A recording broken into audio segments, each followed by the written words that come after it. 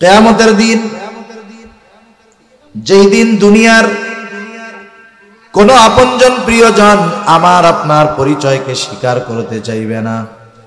কিয়ামতের দিন ওই মুসিবতের সময় নিজের মা তার সন্তানকে চিনবে না, বাবা তার সন্তানকে চিনবে না, স্বামী স্ত্রীকে, স্ত্রী স্বামীকে চিনবে না। আল্লাহ তাআলা কোরআনুল কারীমের মধ্যে সেই অবস্থার কথা বর্ণনা করে বলেন, ইয়াউমা ইয়াফিরুল মারউ মিন আখিহি ওয়া উম্মিহি ওয়া আবিহি ওয়া সাহিবাতিহি ওয়া বানিহি। আল্লাহ তাআলা বলেন কিয়ামতের দিন ভাই ভাইয়ের থেকে পলায়ন করবে, ওয়া উম্মিহি ওয়া আবিহি, পিতামাতা থেকে পলায়ন করবে, ওয়া সাহিবাতিহি ওয়া বানিহি, স্ত্রী সন্তানদের থেকে পলায়ন করবে। কেউ কারো সামনে যাইতে চাবে না, কেউ কারো সাথে দেখা হোক এটাও চাইবে না। বরং মানুষ তো এমনও কথা কিয়ামতের দিন আল্লাহ তাআলার কাছে বলবে, আল্লাহ আপনি দুনিয়ার সব মানুষকে জাহান্নামে দিয়ে হলেও আমাকে আপনি মাফ করে জান্নাত দিয়ে দেন। ওই দিন মা সন্তানকে চিনবে না, অথচ দুনিয়ায় মা সন্তানকে বেশি ভালোবাসে কি বাসে না? কথা বলেন না কেন? বাসে নাকি আপনাদের মা ভালোবাসে নাই আপনাদের? ওই দিন মা দুনিয়ায় যত ভালোবাসুক, মা সন্তানের পরিচয়কে অস্বীকার করবে। কিন্তু রাসূলুল্লাহ সাল্লাল্লাহু আলাইহি ওয়াসাল্লাম ওই মুসিবতের দিন উম্মতকে বলবেন না।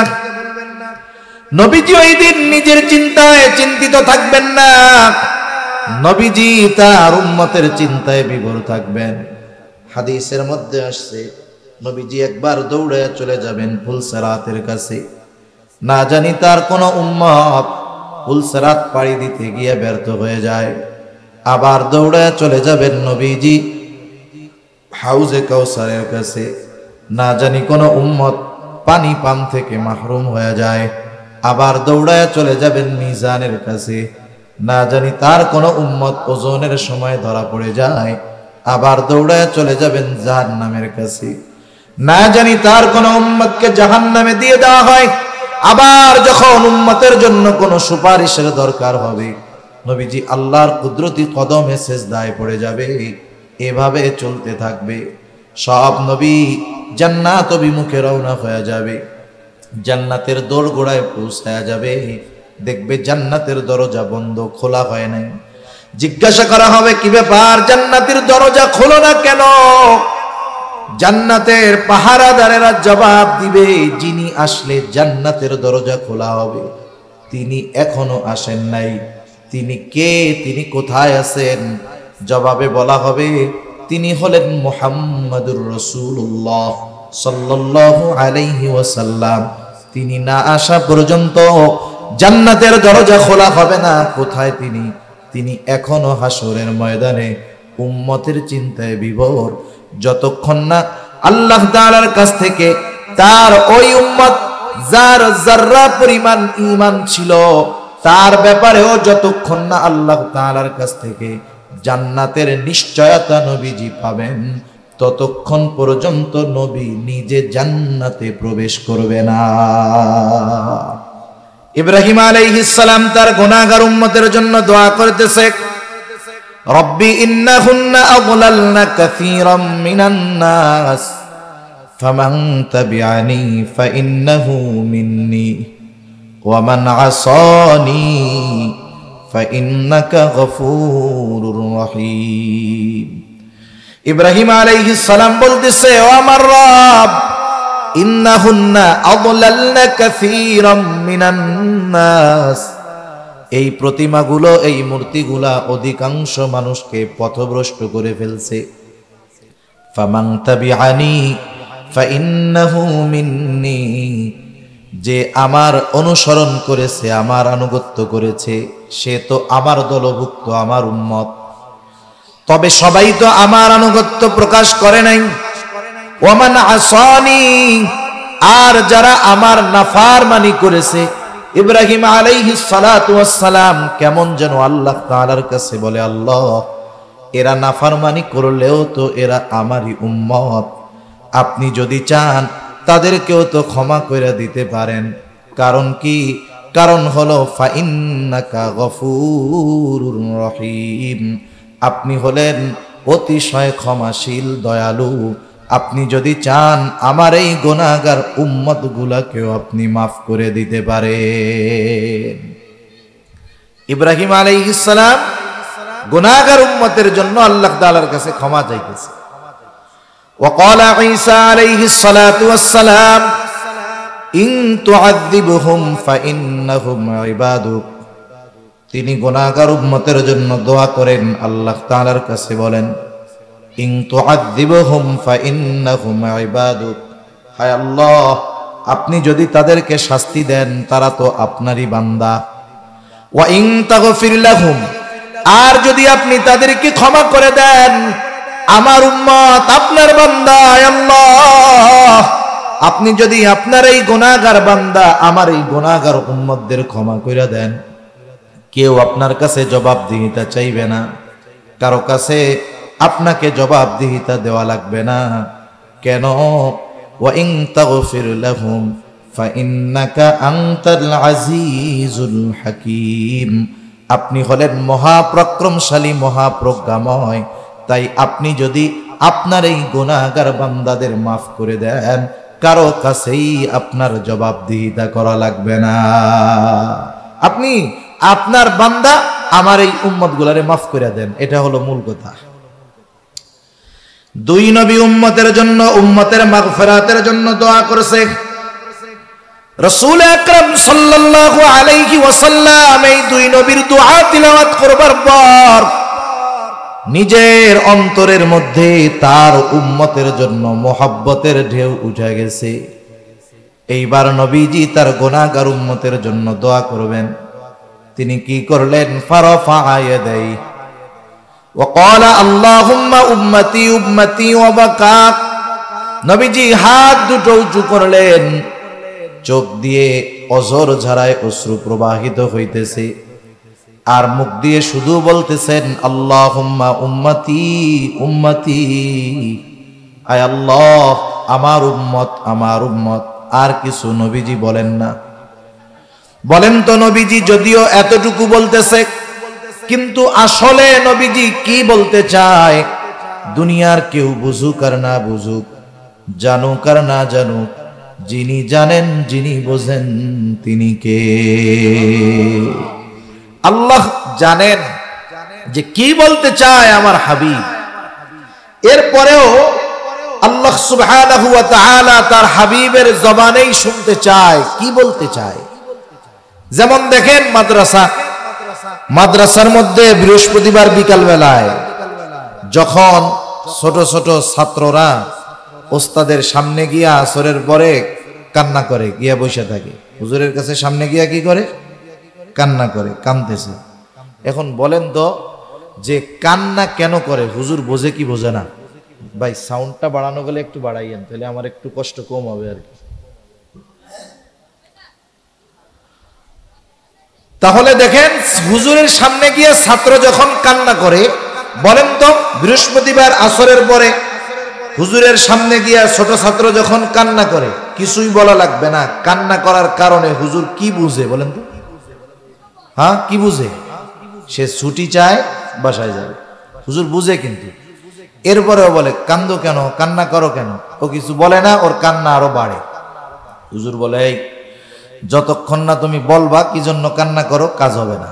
এবার কান্না করতে করতে বলে হুজুর আমি বাসায় যাব। এবার কি বলে? হুজুর যাও তোমার ছুটি, আগামী দিন আবার সন্ধ্যার আগে চলে আসবা। এখন যখন ছুটির ঘোষণা পাইছে, কান্দা আছে নাকি? চোখের পানি শুকানোর আগে দেখবেন মুখের মধ্যে হাসি ফুটে উঠছে। আল্লাহ রাব্বুল আলামিন জানেন নবীজি কি বলতে চায়। এরপরেও জিবরাইল আলাইহিস সালাতু ওয়াস সালামকে বলতেছে, জিবরাইল যাও, মুহাম্মদ কেন কান্না করে কান্নার কারণ জিজ্ঞাসা করো। জিবরাইল আলাইহিস সালাতু ওয়াস সালাম হাজির, এসে বলে ইয়া রাসূলুল্লাহ আপনার কান্নার কারণ কি? যদিও আল্লাহ তাআলা সব জানেন, এরপরেও তিনি জানতে চান। এইবার নবীজি উম্মতের ব্যাপারে সব কথা জিবরাইল আলাইহিস সালামের কাছে বললেন। উম্মতের ক্ষমার কথা, মাফের কথা, জিবরাইল আলাইহিস সালাম আল্লাহ তাআলার কাছে গিয়ে বললেন, আল্লাহ, আপনার হাবিবের কান্নার কারণ হইল এইটা।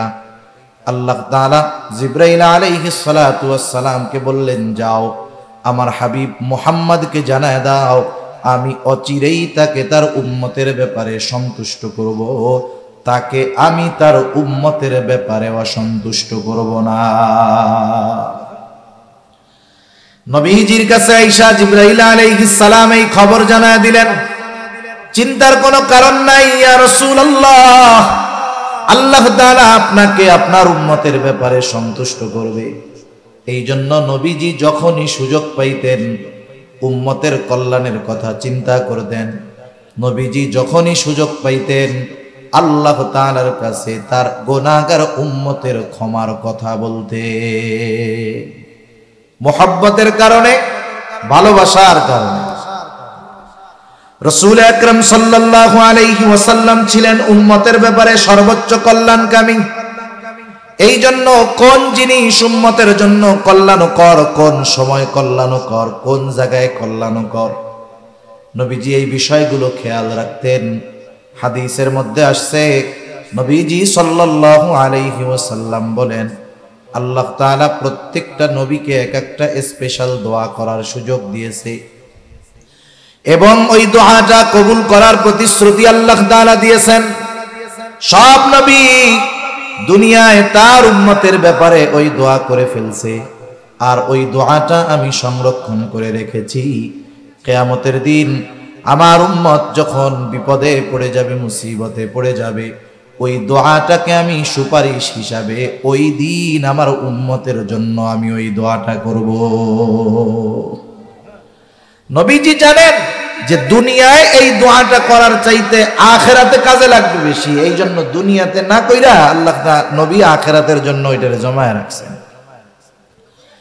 রাসূল আকরাম সাল্লাল্লাহু আলাইহি ওয়াসাল্লাম উম্মতের পথভ্রষ্টতার কারণে নবীজি চিন্তিত হয়ে যাইতেন, দ্বীনের উপরে না আসার কারণে নবীজি চিন্তিত হয়ে যাইতেন। নবীজি যখন প্রাথমিক দিকে মক্কার কাফেরদের মধ্যে দাওয়াত দেন, যদিও কাফেরদের মধ্যে দাওয়াত দেন, তথাপি কাফেররাও নবীজিকে ভালো মতো চিনে, নবীজিও তাদেরকে চিনেন। কোন অপরিচিত পরিবেশে গিয়ে উনি দাওয়াত দিয়েছেন বিষয়টা এমন নয়, বরং মক্কার মানুষেরা নবীজির 40 বছরের হায়াত সম্পর্কে জানে।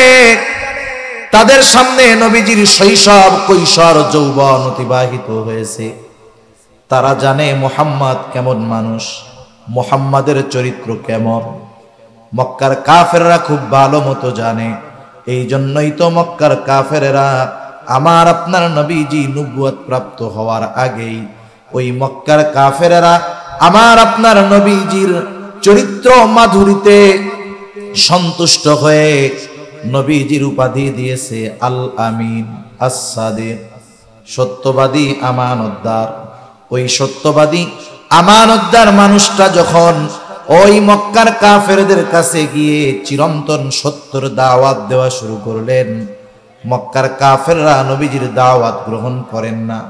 নবীজি চিন্তিত যে এরা যতই আমার কাছের মানুষ হোক না কেন, যতই আপনজন প্রিয়জন হোক না কেন, এরা যদি কোনো উপায় নাই এদের ঠিকানা হয়ে যাবে জাহান্নাম। নবীজি চিন্তিত হয়ে গেছেন। চিন্তা পেরেশানিতে খাওয়া দাওয়া কমে যায়, স্বাভাবিক বিষয়। রাসূল আকরাম সাল্লাল্লাহু আলাইহি ওয়াসাল্লাম চিন্তায় খাওয়া দাওয়া কমায় দিয়েছেন, অসুস্থ হয়ে গেছেন। অসুস্থতার মাত্রা এতটা বেশি, আল্লাহ তাআলা ওহী নাজিল করে বলেন, লাআল্লাকা বাখিউন নাফসাকা আল্লা ইয়াকুনু মুমিনিন। আল্লাহ রাব্বুল আলামিন বলেন, তারা ঈমান না আনার কারণে আপনি হয়তো নিজেকে নিজে নিঃশেষ করে দিবেন, আপনি নিজেকে মৃত্যু মুখে ঠেলে দিচ্ছেন তারা ঈমান না আনার কারণে। এতটুকুর দ্বারা এটা বোঝা যায় তার উম্মত যখন দ্বীনের কথা মানে না, ঈমানের পথে আসে না, নবীজি মুহাব্বতের কারণে কতটা চিন্তিত পেরেশান, যে নিজেই অসুস্থ হয়ে গেছেন আর নবীজির অসুস্থতার কথা আল্লাহ তাআলা জানায় দিতেছে। সন্তান অবাধ্য হইলে মা বাবার চিন্তায় অসুস্থ হয়ে যায় না? কতজন বলে যে দেখ ওই লোকটা সুস্থ ছিল, কিন্তু ওর ওই পোলার চিন্তায় টেনশনে ও পুরা বিছানা ধরা হয়ে গেছে, অসুস্থ হয়ে গেছে। কেন? মহাব্বত তো সন্তানের প্রতি আছে, এই কারণে সন্তানের চিন্তায় মা বাবা অসুস্থ হয়ে যায়, আর উম্মতের চিন্তায় নবীজি সাল্লাল্লাহু আলাইহি ওয়াসাল্লাম অসুস্থ হয়ে গেছে। রাসূল আকরাম সাল্লাল্লাহু আলাইহি ওয়াসাল্লাম বলেন, তোমাদের মধ্যে আর আমার মধ্যে উপমা হলো ওই ব্যক্তির ন্যায় যে আগুন প্রজ্বলিত করলো, আগুন জ্বালাইলো। আগুন জ্বালানোর পরে চতুর্দিক দিয়ে পোকা মাকড় এসে হাজির। চতুর্দিক দিয়ে পোকা মাকড় লাফায়া লাফায়া আগুনের মধ্যে পড়ে আর মরে। লোকটা যতই সরায় দেওয়ার চেষ্টা করে পোকগুলা সরে না, বরং প্রতিযোগিতা দিয়ে আগুনের মধ্যে আইসা পড়ে, পুড়ে আর মরে। নবীজি বলেন, আমিও তোমাদের কোমর ধরে ধরে জাহান্নাম থেকে টেনে আনি, জাহান্নামের দিক থেকে টেনে আনি, কিন্তু তোমরা আমার হাত থেকে ছুটে পুনরায় জাহান্নামের দিকে ধাবিত হয়ে যাও। শুধু তাই না, রাসূলুল্লাহ সাল্লাল্লাহু আলাইহি ওয়াসাল্লামের উম্মতের প্রতি কত দরদ। উম্মতের দ্বারা আঘাত প্রাপ্ত হওয়ার পরেও নবীজি উম্মতের জন্য বদদোয়া করেন নাই। রাসূল আকরাম সাল্লাল্লাহু আলাইহি ওয়াসাল্লাম যখন মক্কা থেকে তিনি তায়েফে চলে গেলেন, মক্কার মানুষ নবীজির কথা মানে না, দ্বীনের দাওয়াত দেওয়ার জন্য চলে গেলেন তায়েফে। রাসূলুল্লাহ সাল্লাল্লাহু আলাইহি ওয়াসাল্লাম তায়েফে যাবার পর তায়েফের মানুষ দলে দলে নবীজিকে পাগল বলে বলে পাথর নিক্ষেপ করলো। নবীজির গায়ে যেই পাথর নিক্ষেপ করা হয়েছিল, পাথরগুলো ছোট না, বরং পাথরগুলো ছিল বড় বড় পাথর, সাথে সাথে পাথরগুলো ছিল ধারালো পাথর, যার কারণে পাথরের আঘাত নবীজির গায়ে লাগতো আর নবীজির গা ক্ষত বিক্ষত হয়ে যাইত। এত পরিমাণ পাথর নবীজির গায়ে লাগছে, আয়েশা সিদ্দিকা রাদিয়াল্লাহু তাআলা আনহা নবীজির গায়ে একদিন পাথরের দাগ উনি বুঝতে পারেন নাই। জিজ্ঞাসা করেন, ইয়া রাসূলুল্লাহ, আপনার গায়ে এইগুলো কিসের দাগ? কখনো কি বসন্ত হয়েছিল নাকি? নবীজি বলেন, না আয়েশা, আমার কখনো বসন্ত হয় নাই, ফক্স হয় নাই। তাইলে দাগগুলো কিসের? নবীজি বললেন, আয়েশা, আমি যখন দ্বীনের দাওয়াত দেওয়ার জন্য তায়েফে গিয়েছিলাম, তায়েফের মানুষ আমাকে বুঝে নাই, আমার কথাগুলো মেনে নেয় নাই। তারা আমাকে যেই পাথরগুলো নিক্ষেপ করেছিল, এই দাগগুলো হলো তাদের নিক্ষিপ্ত পাথরের দাগ, পাথরের আঘাতের দাগ। এর মানে কি বোঝা যায়? নবীজিকে পাথর মারছে বড় বড় এবং ধারালো। যদি কেউ বড় একটা পাথর মারে, গায়ে লাগলে ওই জায়গাটা থেতলে যাবে, ফেটে যাবে না, কেটে যাবে না। কিন্তু যদি বড় হয়, ধারালো হয়, লাগলে কাটবে, ক্ষত হবে, রক্ত বের হবে। নবীজি সাল্লাল্লাহু আলাইহি ওয়াসাল্লামের গা দিয়ে রক্ত প্রবাহিত হইত। এত পরিমাণ রক্ত নবীজির গা দিয়ে বের হয়েছে, গায়ের পোশাক পরিপূর্ণভাবে ভিজে, গা বেয়ে বেয়ে রক্ত পড়েছে। রক্ত বেয়ে বেয়ে পড়তে পড়তে ওই রক্ত জুতার মধ্যে ঢুকে গেছে, রক্ত শুকায়া জুতা পায়ের সাথে আটকে গিয়েছে। তাহলে কি পরিমাণ রক্ত বের হয়েছে একটু চিন্তা করেন। অনেক সময় আমরা রক্ত দান করি, ব্লাড ডোনেট করি, যিনি রক্তদাতা রক্ত দেন, অনেক সময় দেখা যায় 300 গ্রাম, 400 গ্রাম, 250 গ্রাম রক্ত নেওয়া হবে, কিন্তু আল্লাহর বান্দা রক্তটা দিয়ে আর উঠতে পারে না, অজ্ঞান হয়ে পড়ে যায়, দুর্বলতার কারণে চলতে পারে না। নবীজির গায়ে যখন আঘাত করা হতো, রক্ত প্রবাহিত পড়তো, নবীজি জমিনে পড়ে যাইতেন। হযরত যায়েদ রাদিয়াল্লাহু তাআলা আনহু একা ঠেকায়া পারেন না, তিনিও আঘাতপ্রাপ্ত হয়েছেন। নবীজি আবার উঠতেন, উঠে এক কথা যে তোমরা বলো লা ইলাহা ইল্লাল্লাহ তুফলিহু, সফল হয়ে যাইবা। এইভাবে চলতেছে বিকাল পর্যন্ত। আল্লাহ রাসূল সাল্লাল্লাহু আলাইহি ওয়াসাল্লাম প্রচন্ড দুর্বল হয়ে গেলেন, ক্লান্ত শ্রান্ত দেহ নিয়ে নবীজি পড়ন্ত বিকালে একটা আঙ্গুর বাগানের পাশে গিয়ে নবীজি একটু বিশ্রাম নিচ্ছেন। ইতিমধ্যে জিবরাইল আলাইহিস সালাম হাজির। জিবরাইল আলাইহিস সালাতু ওয়াস সালাম এসে বলে, ইয়া রাসূলুল্লাহ সাল্লাল্লাহু আলাইহি ওয়াসাল্লাম, এই কওম আপনার সাথে কেমন আচরণ করেছে আল্লাহ তাআলা সব জানেন। আজকে আমি একা আসি নাই, আল্লাহ তাআলা আমার সাথে নতুন আরেকজন ফেরেশতা পাঠিয়েছে, যে ইতিপূর্বে কখনো আপনার কাছে আসে নাই। নবীজি বলেন, এইবার ওই ফেরেশতা আমার সামনে আসলো, আমাকে সালাম দিল। সালাম দেওয়ার পরে বলে, ইয়া রাসূলুল্লাহ, এই কওম আপনার সাথে কেমন আচরণ করেছে আপনার মালিক সব জানেন, সব দেখেছেন। ইয়া রাসূলুল্লাহ, আল্লাহ তাআলা আমাকে আপনার নিকটে পাঠিয়েছেন আপনার আদেশ পালন করার জন্য। আপনি যদি নির্দেশ দেন, এই অবাধ্য জাতিকে দুই পাহাড় দিয়ে এমন ভাবে পিষে দেওয়া হবে যে তারা পরিপূর্ণ নিশ্চিহ্ন হয়ে যাবে। এখানে যে একটা জনবসতি ছিল তার কোনো চিহ্ন অবশিষ্ট থাকবে না। আপনি যদি শুধু নির্দেশ দেন তাইলে হবে। রাসূল আকরাম সাল্লাল্লাহু আলাইহি ওয়াসাল্লাম এই সুযোগ পাওয়ার পরেও কি করছেন? আমরা হইলে কি করতাম? আমরা তো প্রতিশোধ পরায়ণ। আমরা কি বলেন না, প্রতিশোধ পরায়ণ। আমরা 20 বছর আগের ছোটখাটো বিষয়ের প্রতিশোধ নেওয়ার সুযোগ পাইলেও সেটা ছাড় দেই না। চিন্তা করি, এখন আমার খুব পাওয়ার, 20 বছর আগে ওই লোক আমার দিকে চোখ বড় করে তাকাইছিল, আজকে আমার পাওয়ার আছে, ওর চোখ দুইটাই উঠাইয়া দিলাম। করে না এরকম? ছোট ছোট বিষয় নিয়ে বড় বড় প্রতিশোধ মানুষ নিয়ে বসতেছে, চিন্তাই করে না। অথচ রাসূলুল্লাহ সাল্লাল্লাহু আলাইহি ওয়াসাল্লাম ক্ষমা পরায়ণ ছিলেন, প্রতিশোধ পরায়ণ নবীজি ছিলেন না। রাসূল আকরাম সাল্লাল্লাহু আলাইহি ওয়াসাল্লামের চিন্তাধারা ছিল সুদূর প্রসারী। যখন এই কথা ফেরেশতা বলছে, নবীজি আরাম করতেছিলেন, একটু উঠা বসলেন। কেমন যেন নবীজি বলতেছে, তুমি তো বলতেছো আদেশ দেন দুই পাহাড় একত্রিত কইরা ওদেরকে পিষে দেই, কিন্তু তোমার এই কথা আর আমি তো আল্লাহ তাআলার কাছে আশা করি ভিন্ন। নবীজি তখন বললেন, বাল আরজু আন ইয়াখরুজাল্লাহু মিন আসলাবিহিম মান ইয়াবুদুল্লাহ ওয়াহদাহু ওয়া লা ইউশরিকু বিহি শাইআ। নবীজি সাল্লাল্লাহু আলাইহি ওয়াসাল্লাম বললেন, বরং আমি তো আল্লাহ তাআলার কাছে এই আশা পোষণ করি যে আল্লাহ তাআলা এদের মধ্য থেকে এমন এক জাতি বের করবে, এমন এক প্রজন্ম বের করবে যারা এক আল্লাহর ইবাদত করবে, তার সাথে কারো শরীক করবে না।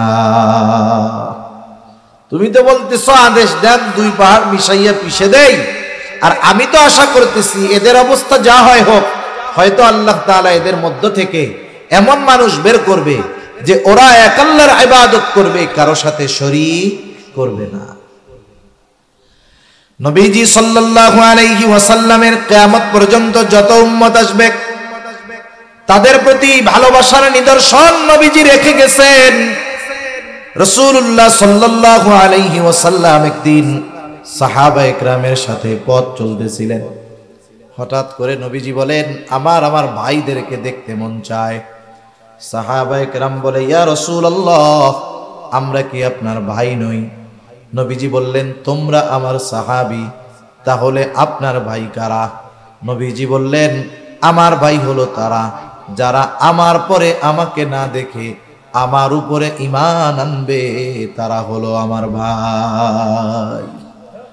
এর দ্বারা নবীজি কিয়ামত পর্যন্ত যত মুমিন আসবে সব উম্মতের প্রতি দরদ, মোহাব্বত, ভালোবাসার চিহ্ন নবীজি রেখে গেছেন। সুবহানাল্লাহ। নবীজির প্রতি উম্মতের প্রতি নবীজির দরদ কত বেশি বলতে গেলে আরো অনেক লম্বা সময় চলে যাবে। দেখেন, এই দরদ, এই মায়া, এই ভালোবাসা, এটা যে শুধু দুনিয়ায় তা না, পরকালেও নবীজি আমাদের সবচাইতে বেশি ভালোবাসবে। সুবহানাল্লাহ। কিয়ামতের দিন, যেই দিন দুনিয়ার কোন আপনজন প্রিয়জন আমার আপনার পরিচয়কে স্বীকার করতে চাইবে না, কিয়ামতের দিন ওই মুসিবতের সময় নিজের মা তার সন্তানকে চিনবে না, বাবা তার সন্তানকে চিনবে না, স্বামী স্ত্রীকে, স্ত্রী স্বামীকে চিনবে না। আল্লাহ তাআলা কোরআনুল কারীমের মধ্যে সেই অবস্থার কথা বর্ণনা করে বলেন, ইয়াউমা ইয়াফিরুল মারউ মিন আখিহি ওয়া উম্মিহি ওয়া আবিহি ওয়া সাহিবাতিহি ওয়া বানিহি। আল্লাহ তাআলা বলেন কিয়ামতের দিন ভাই ভাইয়ের থেকে পলায়ন করবে, ওয়া উম্মিহি ওয়া আবিহি, পিতামাতা থেকে পলায়ন করবে, ওয়া সাহিবাতিহি ওয়া বানিহি, স্ত্রী সন্তানদের থেকে পলায়ন করবে। কেউ কারো সামনে যাইতে চাবে না, কেউ কারো সাথে দেখা হোক এটাও চাইবে না। বরং মানুষ তো এমনও কথা কিয়ামতের দিন আল্লাহ তাআলার কাছে বলবে, আল্লাহ আপনি দুনিয়ার সব মানুষকে জাহান্নামে দিয়ে হলেও আমাকে আপনি মাফ করে জান্নাত দিয়ে দেন। ওই দিন মা সন্তানকে চিনবে না, অথচ দুনিয়ায় মা সন্তানকে বেশি ভালোবাসে কি বাসে না? কথা বলেন না কেন? বাসে নাকি আপনাদের মা ভালোবাসে নাই আপনাদের? ওই দিন মা দুনিয়ায় যত ভালোবাসুক, মা সন্তানের পরিচয়কে অস্বীকার করবে। কিন্তু রাসূলুল্লাহ সাল্লাল্লাহু আলাইহি ওয়াসাল্লাম ওই মুসিবতের দিন উম্মতকে ভুলবেন না। নবীজি ওই দিন নিজের চিন্তায় চিন্তিত থাকবেন না, নবীজি তার উম্মতের চিন্তায় বিভোর থাকবেন। হাদিসের মধ্যে আসছে নবীজি একবার দৌড়ে চলে যাবেন ফুলসিরাতের কাছে। না জানি তার কোন উম্মত ফুলসিরাত পাড়ি দিতে গিয়ে ব্যর্থ হয়ে যায়, আবার দৌড়ে চলে যাবেন নবীজি হাউজে কাউসারের কাছে। না জানি কোন উম্মত পানি পান থেকে মাহরুম হয়ে যায়, আবার দৌড়ায় চলে যাবেন মিজানের কাছে। না জানি তার কোন উম্মত ওজনের সময় ধরা পড়ে যায়, আবার দৌড়ায় চলে যাবেন জাহান্নামের কাছে। না জানি তার কোন উম্মতকে জাহান্নামে দিয়ে দেওয়া হয়, আবার যখন উম্মতের জন্য কোন সুপারিশের দরকার হবে, নবীজি আল্লাহর কুদরতি কদমে সেজদায় পড়ে যাবে। এভাবে চলতে থাকবে। সব নবী জান্নাত অভিমুখে রওনা হয়ে যাবে, জান্নাতের দোরগোড়ায় পৌঁছায়া যাবে, দেখবে জান্নাতের দরজা বন্ধ, খোলা হয় নাই। জিজ্ঞাসা করা হবে, কি ব্যাপার, জান্নাতের দরজা খোলো না কেন? জান্নাতের পাহারাদারেরা জবাব দিবে, যিনি আসলে জান্নাতের দরজা খোলা হবে তিনি এখনো আসেন নাই। তিনি কে? তিনি কোথায় আছেন? জবাবে বলা হবে, তিনি হলেন মুহাম্মাদুর রাসূলুল্লাহ সাল্লাল্লাহু আলাইহি ওয়াসাল্লাম। তিনি না আসা পর্যন্ত জান্নাতের দরজা খোলা হবে না। কোথায় তিনি? তিনি এখনো হাসরের ময়দানে উম্মতের চিন্তায় বিভোর। যতক্ষণ না আল্লাহ তাআলার কাছ থেকে তার ওই উম্মত যার যাররা পরিমাণ ঈমান ছিল তার ব্যাপারেও যতক্ষণ না আল্লাহ তাআলার কাছ থেকে জান্নাতের নিশ্চয়তা নবীজি পাবেন, ততক্ষণ পর্যন্ত নবী নিজে জান্নাতে প্রবেশ করবে না। আমরা ওই নবীর উম্মত যেই নবীর আমাদের প্রতি এত ভালোবাসা, এ ভালোবাসার গভীরতা কত বেশি যে উম্মতের প্রতি নবীজির ভালোবাসার স্বয়ং সাক্ষ্য দিয়েছেন আল্লাহ। কে দিয়েছেন বলেন? অনেক সময় সাক্ষীকে এর উপরে কথাটাকে গ্রহণ করা হয়। মনে করেন একজন একটা কথা বলতেছে, ভাই এই কাজটা আমি করেছি, এখন বলে না তুমি যে করছো তোমার সাক্ষীকে, অথবা করো নাই তোমার সাক্ষীকে। আপনি যদি রাস্তার থেকে একজনকে দৈরাই না বলেন যে এই লোক আমার পক্ষে সাক্ষী, বলবে ধর বেড়া, রাস্তায় ভবঘুরের মতো ঘুরে বেড়ায়, ওর সাক্ষীর কোনো দাম আছে? ওর সাক্ষ্যর কোনো দাম আছে? সারা ওরে যদি আরো সাক্ষী হিসাবে উপস্থাপন করো, তোমার কথা যাও বিশ্বাস করতো তাও আর কেউ বিশ্বাস করবে না। কিন্তু আপনি যদি আপনাদের এলাকার সম্মানিত একজন মুত্তাকি পরহেজগার ব্যক্তির সাক্ষী হিসাবে দাঁড় করান, উনি যদি বলে হ্যাঁ ওই কাজটা উনি করেছে অথবা করে নাই, বলেন তো তার কথা গ্রহণ করা হবে কিনা? এ সাক্ষীর সাক্ষ্য বিশ্বাস করা হবে। আমাদের যে নবীজি ভালোবাসেন, সর্বোচ্চ ভালোবাসা, এ ভালোবাসার সাক্ষী দিয়েছেন কে? একটু জোরে বলেন। আল্লাহর নাম বলতে কষ্ট হয় নাকি? আমার মাইকে কথা বলতে জান বের হয়ে যাইতেছে, আমি বুঝতেছি কি হইতেছে আমার, এই জন্য আপনারা একটু জোরে বললেন, মাইকওয়ালা কষ্ট দিয়া দিল আমারে।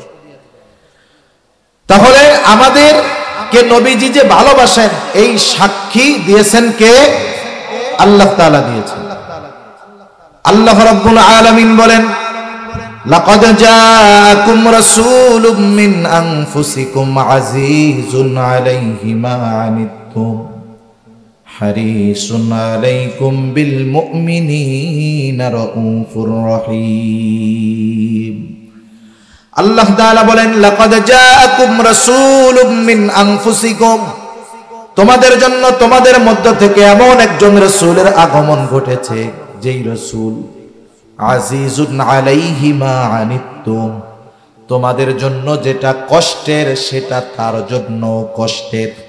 তার মানে উম্মত যেটাতে কষ্ট পায় নবীজিও সেটাতে কষ্ট পায়। সুবহানাল্লাহ। একটু চিন্তা করে দেখেন, উম্মতের জন্য যেটা কষ্টের নবীজিও সেটাতে কষ্ট পায়। উম্মত যদি জাহান্নামে যায় উম্মতের জন্য কষ্টের, উম্মত জাহান্নামে গেলে এটা নবীজির জন্য কষ্ট পাওয়ার বিষয়। এই জন্য নবীজি হলেন আজিজ। আল্লাহ তাআলা বলতেছেন, তোমাদের জন্য যেটা কষ্টের সেটা তার জন্য কষ্টের। 2 নাম্বার, আল্লাহ তাআলা বলেন ওই রাসূল তোমাদের জন্য হলেন হারিস। নবীজি হলেন তোমাদের জন্য কল্যাণকামী, সমব্যথী কল্যাণকামী। মনে করেন আপনি একজনের কাছে আপনার কষ্টের কথা বলতেছেন, খুব হৃদয় বিদারক কথাগুলো আপনি বলতেছেন কথা, আর উনি ওইদিকে আর একজনের সাথে হো হো করতেছে, হাসাহাসি করতেছে। আপনি কি বুঝবেন যে সে আমার কথাগুলো গুরুত্ব সহকারে শুনতেছে না, বরং সে যদি কান লাগায় আপনার কথা শুনে আর মাঝে মধ্যে বলে আহারে এটা তো খুব কষ্টের, আপনি খুব কষ্টে আছেন, বলেন তো ওই ব্যক্তির কাছে কথাগুলো বলার পরে আপনার কথাটা বা দিলটা অন্তরটা একটু হালকা হবে কি হবে না? নবীজির কাছে যখন কেউ কোনো কষ্টের কথা বলতো সাহাবায়ে কেরাম, নবীজির ভাবটা এমন হইতো যে ওই লোক ওই কারণে যে কষ্ট পাইতেছে নবীজিও সেই কষ্টটা পরিপূর্ণভাবে অনুভব করতেছে। এজন্য সাহাবায়ে কেরামের সাথে নবীজির এত সম্পর্ক গভীরতা কেন? যে সাহাবায়ে কেরামের সাথে নবীজি এই ধরনের আচরণ উপমা আমাদের জন্য রেখে গেছেন। একজন আপনা থেকে আপনা লোক, একবারে গ্রাম্য মূর্খ লোক, অশিক্ষিত লোক, দরিদ্র লোক, এও নবীজির কাছে যখন আয়েশা বলতো কিছু কথা, এটা যদি তার কষ্টের কথা হতো নবীজি এমন ভাবে শুনতেন ওই লোক মনে করতো আহারে আমার এই কষ্টটা নবীজিও পাইতেছে। সুবহানাল্লাহ।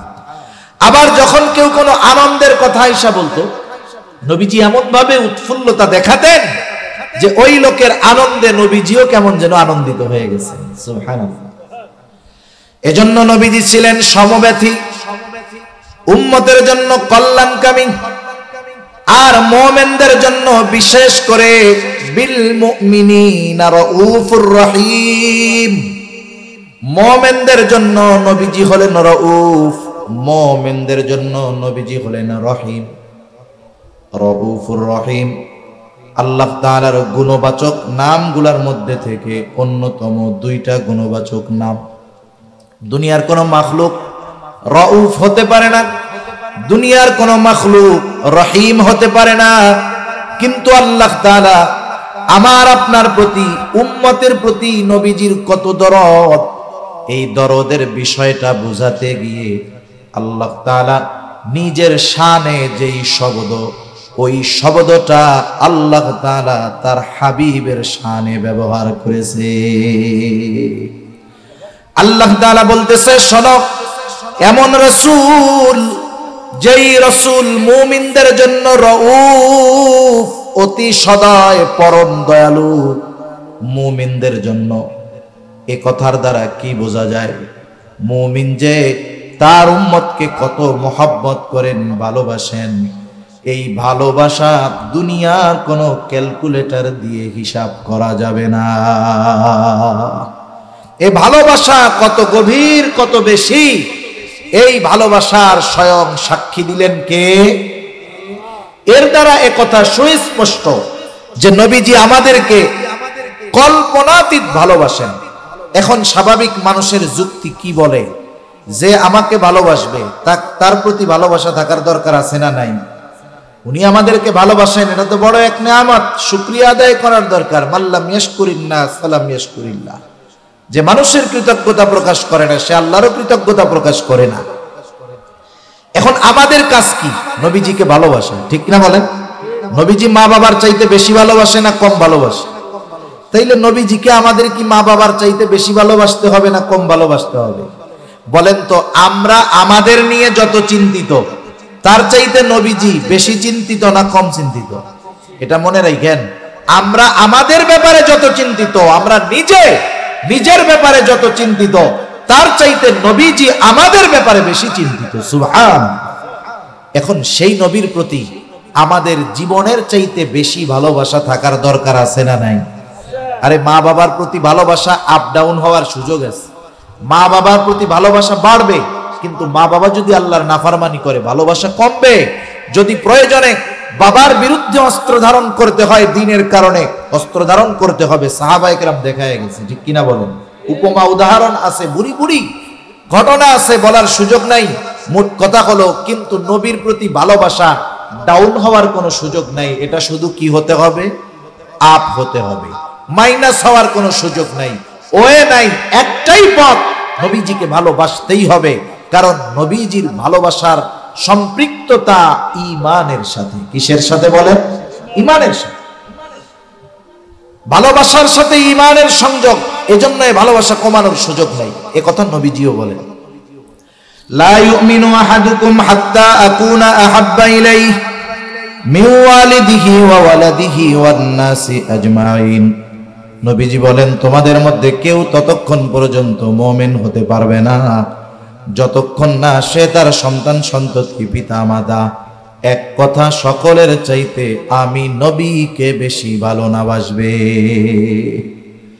তাহলে মুমিন যদি হতে হয়, এক কথায় সকলের চাইতে, নিজের জীবনের চাইতেও নবীজিকে বেশি ভালোবাসতে হবে। এখন নবীজিকে তো আমরা সামনে পাই নাই, সাহাবায়ে কেরাম নবীজিকে সামনে পেয়েছেন বিদায় ভালোবাসার উপমা রেখে গিয়েছেন। আবু বকর সিদ্দিক নবীজির কথায়, নবীজির ভালোবাসায় নিজের ঘরের সব সম্পদ আইনা নবীজির কাছে পেশ করেছেন। হযরত তালহা উহুদের ময়দানে নবীজি যখন গর্তের মধ্যে পড়ে গিয়েছে, নবীজি মাথা উঠায়, উপর দিয়ে তীর যায়, বর্ষা যায়। হযরত তালহা নিজের বুকটাকে নবীজির জন্য ঢাল বানায় দিয়েছে। কিন্তু আমরা তো নবীজিকে সামনে পাই নাই, তাহলে নবীজিকে সর্বোচ্চ ভালোবাসার উপমা আমরা কেমনে দেখাবো এ বিষয়টাও নবীজি আমাদের জানায় গিয়েছে। নবীজিকে ভালোবাসার পদ্ধতি নবীজি বলে দিয়েছেন। সেই জন্য আমরা নিজেরা যদি পদ্ধতি বানাই, ওই পদ্ধতি গ্রহণযোগ্য হবে না। নবীজিকে ভালোবাসার পদ্ধতি নবীজি জানায় দিয়া বলেন, মান আহাব্বা সুন্নতি ফাকাদ আহাব্বানি ওয়া মান আহাব্বানি কানা মাই ফিল জান্নাহ। নবীজি বলেন, যে আমার সুন্নাতকে ভালোবাসলো সে আমি নবীকে ভালোবাসলো, আমি নবীকে যে ভালোবাসলো সে আমি নবীর সাথে জান্নাতে অবস্থান করবে। আমরা নবীর সাথে জান্নাতে থাকতে চাই না? চাই। কে না চাই? সাহাবায়ে কেরাম যখন শুনছেন যে যাকে ভালোবাসে তার সাথে অবস্থান করবে, এর চাইতে বেশি খুশি ওনারা আর হন নাই। এই কথা শুনা হযরত আনাস রাদিয়াল্লাহু তাআলা আনহু থেকে বর্ণিত, এক গ্রাম্য সাহাবী আয়েশা নবীজিকে প্রশ্ন করছে মাতাসসাহ। তার প্রশ্নের ভাবে নবীজি তার প্রশ্নের জবাব না দিয়ে উল্টা তাকে প্রশ্ন করেছে, মা আ'দাত্তা লাহা, তুমি যে কিয়ামতের জন্য অপেক্ষা করতেছো, কিয়ামত কখন আসবে বলতেছো, তুমি কিয়ামতের জন্য কি প্রস্তুতি নিয়েছো? লোকটা গ্রাম্য মানুষ, সহজ সরল উত্তর, আমি আল্লাহ এবং তার রাসূলকে ভালোবাসি। নবীজি দেখলেন এই লোকের কথার জবাবের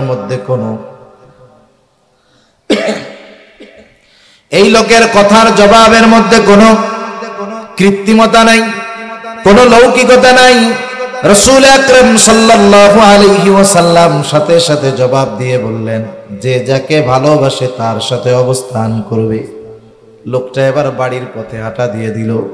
হযরত আনাস রাদিয়াল্লাহু তাআলা আনহু বলেন, ইসলাম গ্রহণের পরে আমরা এতটা খুশি হই নাই যতটা খুশি নবীজির মুখে এই কথা শুনে হয়েছি। তিনি বলেন, আমি আল্লাহ এবং তার রাসূলকে ভালোবাসি, আমি আবু বকর ওমর রাদিয়াল্লাহু তাআলা আনহুমাকে ভালোবাসি, যদিও তাদের মতো আমল করতে পারি নাই, তবে আমি এই ব্যাপারে আশা করি জান্নাতে আমি রাসূলুল্লাহ সাল্লাল্লাহু আলাইহি ওয়াসাল্লাম আবু বকর এবং ওমর রাদিয়াল্লাহু তাআলা আনহুমার সঙ্গী হতে পারবো। ভালোবাসার কারণে। কিসের কারণে? ভালোবাসার কারণে। এখন নবীর সাথে যে জান্নাতে গিয়ে থাকতে হবে, থাকতে হলে তো জান্নাতে যাওয়া লাগবে নাকি? জান্নাতে না গেলে তো আর সাথে থাকা যাবে না। এখন জান্নাতে যাওয়ার সহজ পথ নবীজি বলে দিয়েছেন। নবীজি সাল্লাল্লাহু আলাইহি ওয়াসাল্লাম বলেন, কুল্লু উম্মতি ইয়াদখুলুনাল জান্নাতা ইল্লা মান আবা। কিলা মান আবা ইয়া রাসূলুল্লাহ। নবীজি বলেন, আমার সব উম্মত জান্নাতে প্রবেশ করবে, আবা উম্মত ছাড়া। প্রশ্ন করা হলো, আবা উম্মত কারা? নবীজি বললেন, মান আতাআনি দাখালাল জান্নাহ ওয়া মান আসানি ফাকাদ আবা।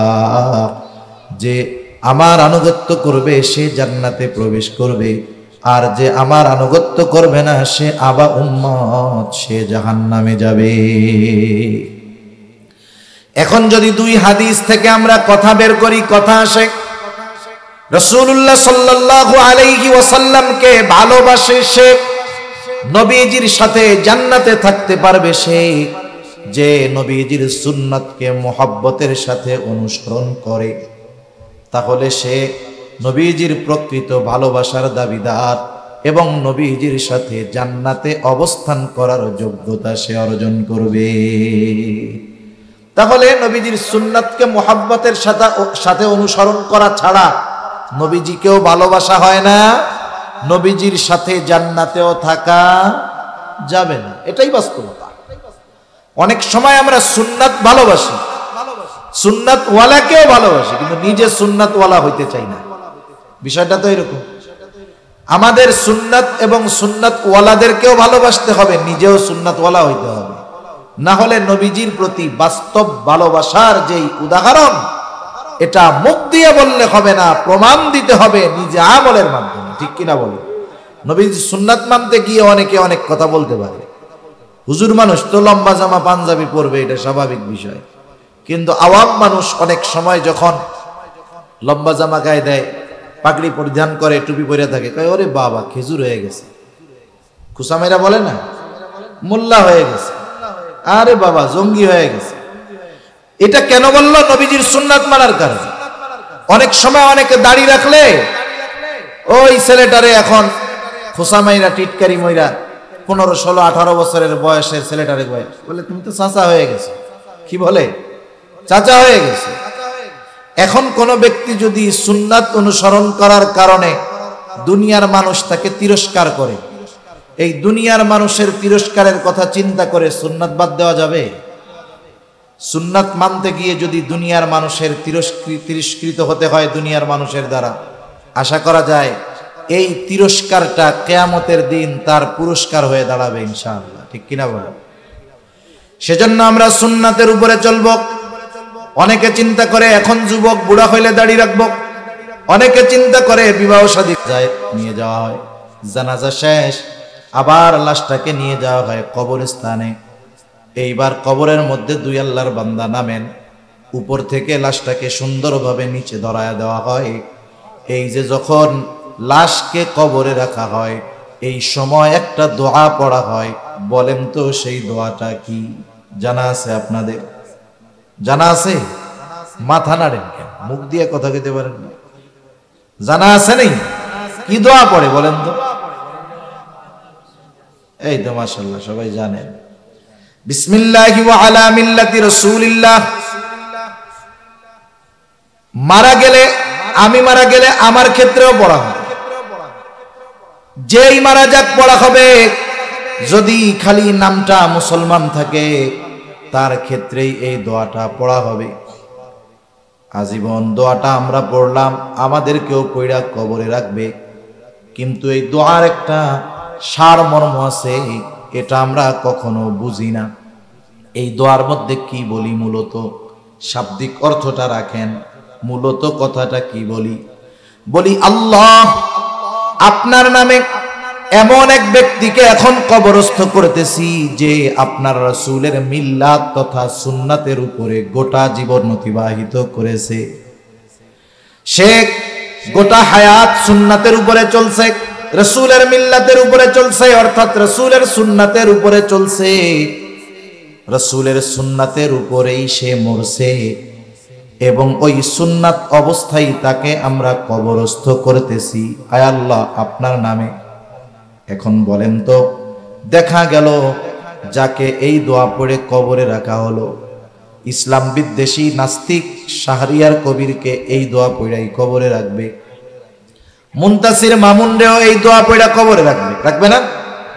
এখন গোটা জীবন যারা সুন্নাত মানে নাই, সুন্নাতের উপরে চলে নাই, তাকে যখন এই দোয়া পড়ে কবরে রাখা হবে, বলেন তো তার ক্ষেত্রে দোয়াটা সত্য হবে নাকি মিথ্যা হবে? নিঃসন্দেহে মিথ্যা। নিজের কাছে নিজে প্রশ্ন করবেন, একটু বাড়িতে গিয়ে ফিকির করবেন, আমি তো সুন্নাত মানি না, সুন্নাতের উপরে চলি না, আগামী দিন যদি মারা যাই আমাকেও এই দোয়া পড়ে কবরে রাখা হবে, কিন্তু ওই দোয়াটা আমার ক্ষেত্রে সত্য হবে নাকি মিথ্যা হবে? এটা একটু একাকী নিরিবিলি চিন্তা করবেন। যদি বাস্তবে কথার সাথে তার সূরাতের মিল হয় তাহলে তো কামিয়াব, আর যদি কথার সাথে সূরাতের মিল না হয় তাহলে অনন্তকালের ওই দীর্ঘ সফর শুরু হবে তার মিথ্যা দিয়ে। ঠিক কিনা? এজন্য আমরা নবীজির ভালোবাসা সুন্নাত অনুসরণের মাধ্যমে প্রমাণ দিব ইনশাআল্লাহ। আল্লাহ সুবহানাহু ওয়া তাআলা আমাদের সবাইকে যথাযথভাবে সুন্নাতের অনুসারী হওয়ার তৌফিক আল্লাহ তাআলা দান করুন। সকলে বলি আমিন। আল্লাহ তাআলা আমাদের হৃদয়কে আল্লাহ এবং তার রাসূলের মুহাব্বত দিয়ে ভরপুর করে দিন। সকলে বলি আমিন। ওয়া আখিরু দাওয়ানা আনিল হামদুলিল্লাহি রাব্বিল আলামিন।